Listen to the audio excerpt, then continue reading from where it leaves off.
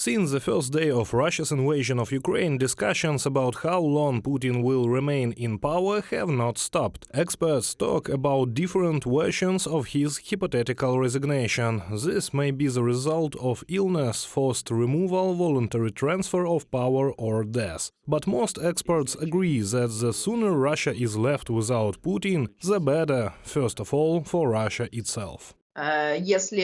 If this happens in the shorter term, then Russia has a higher chance of remaining in its more or less current form. The longer this suicidal war for Russia continues, the more difficult the situation becomes. Putin in power is in itself a serious risk factor for the whole world. The economic downturn caused by the Russian-Ukrainian war unleashed by the Kremlin has affected most states. The terrorist actions of the Russian army, attacks on Ukrainian fields, disruption of the sowing season, theft of grain from the temporarily occupied territories led to a food crisis in the world. Eliminating Putin and his regime will stabilize the global economy, European politicians say.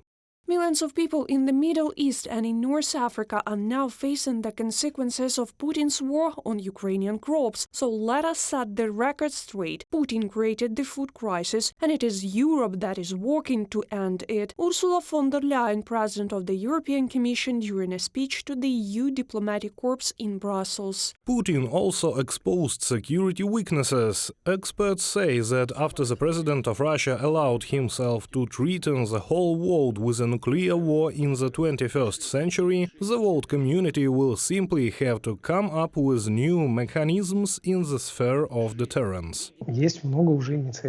There are already many initiatives. China also took the initiative to completely abandon nuclear weapons or create a committee and give nuclear weapons that can be used, for example, not on planet Earth, but only if planet Earth is threatened. There is an asteroid or something else. Nuclear disarmament, demilitarization and denazification of Russia are important for global security and are inevitable, experts say. However, they note that Putin's resignation from the presidency is not the only way to achieve this.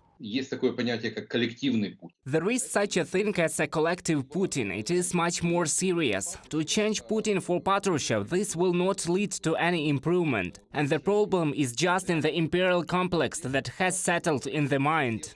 A complete change in the course of modern Russia can restore stability and security to the world. According to political analysts, there are prerequisites for this.